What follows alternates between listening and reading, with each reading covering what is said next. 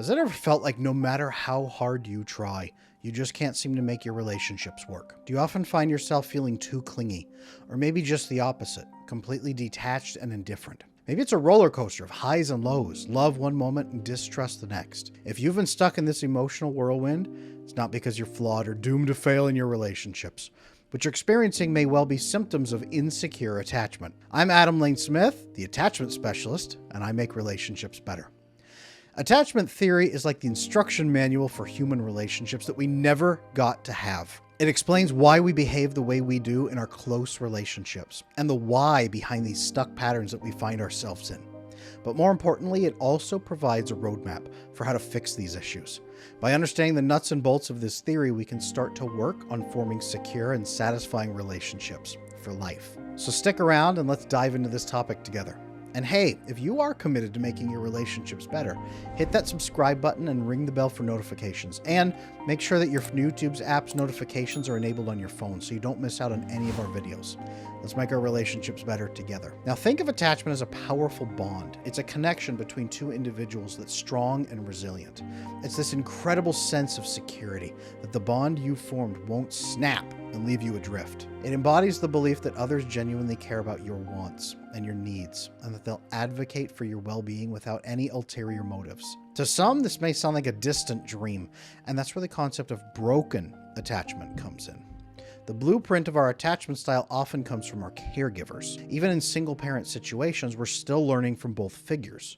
Why? Because the absence of one paints a picture of possible abandonment. That's a 50-50 gamble. Other problems can arise too, and I'm going to talk about that here in a little bit. From birth through adolescence, our brain is a sponge. It soaks up patterns and social cues and helps us define our expectations from others. And it carves out our roles within relationships, especially the way we stay safe. If a child is nurtured adequately, they learn that the world around them is stable, that people genuinely care, and that they can form secure attachments without a cloud of worry. However, not all narratives follow this pattern. If a child encounters turbulence in their relationships, their young brain tries to make sense of it. It's like understanding gravity from dropping a toy. They begin to internalize those bad experiences, correlating them with their self-worth or their safety. This same mechanism, unfortunately, applies when someone hurts us and when we perceive neglect or when we miss good experiences. Parents who are grappling with their own attachment issues often unknowingly pass them on to their offspring, which sets in motion a cycle of generational attachment issues. Many people out there say they have great families and have no problems. They can't understand why they are chronically anxious every day of their life. Often that's because someone back in your family had broken attachment and passed it to you. In our Western culture, our storytelling, and even our media have become complete reflections of these abandonment issues, painting a landscape of isolation, fear, and self-deprecation. The research shows that a lot of people are increasingly having these attachment issues. More people now today have them than don't. And the impact of these issues can be devastating, tainting relationships and fostering insecurities that lead us to endure abusive partnerships or even to sabotage our own happiness. It can drive us into the arms of unstable, broken individuals in a misguided attempt to feel valued, leading to a dance of two broken souls trying to form a union through their protective barriers. It's really ugly sometimes. So how do we classify attachment? Well, not all attachments are secure. In fact, psychologists have identified four main types of attachment styles: secure, anxious, avoidant, and disorganized. A secure attachment develops when a caregiver consistently responds to a child's needs in a supportive, caring way. This teaches the child that they can trust others and that their needs are important.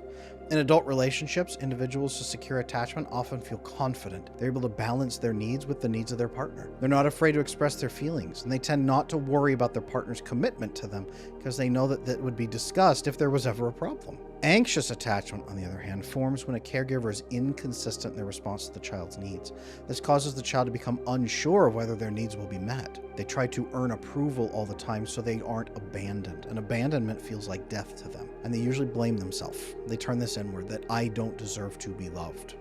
This can lead to adults who are clingy in relationships, constantly seeking reassurance, becoming overly dependent on their partners.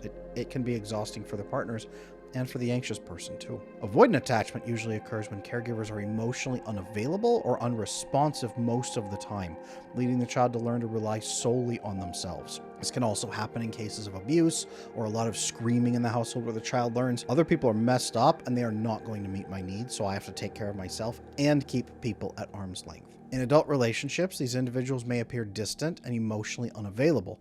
They might dismiss feelings and intimacy as unimportant and focus mainly on their independence.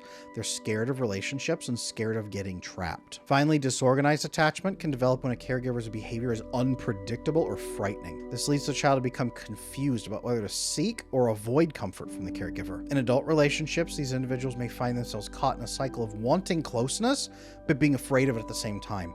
They crave it, but then they run away screaming or sabotage it. Each of these attachment styles develops as a result of our early experiences with caregivers, usually our parents, and they can unfortunately dictate a lot of our adult relationships. Broken attachment can lead us to run away from intimacy or closeness with others, or to crave constant approval so we let others use us like a doormat. We may sabotage our best relationships with good people because we're afraid it's going to fall apart anyway, and we prefer to lose it all on our terms than get hurt later. And we relive these patterns over and over as we get more and more hopeless that we're ever going to be happy. However, there is a silver lining. You can fix this.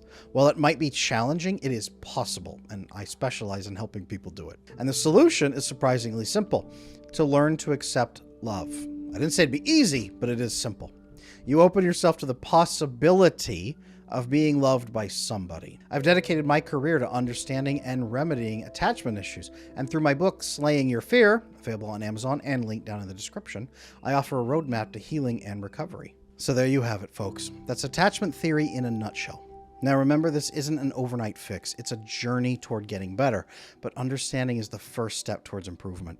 If you find yourself identifying with any of the signs of insecure attachment, with any of those styles, know that there is hope and there's help. You are not alone in this.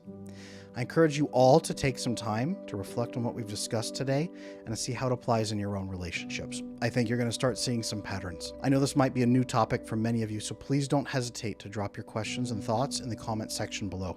I'll do my best to answer them, and remember, there is no such thing as a silly question. We're all here to learn. And if you're ready to dive deeper into the world of attachment theory, check out the links in the description.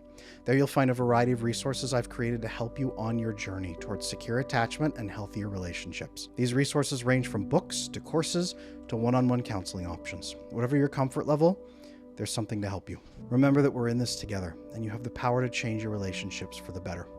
I'm Adam Lane Smith, helping you make your relationships better one video at a time. So until next time, take care and keep growing.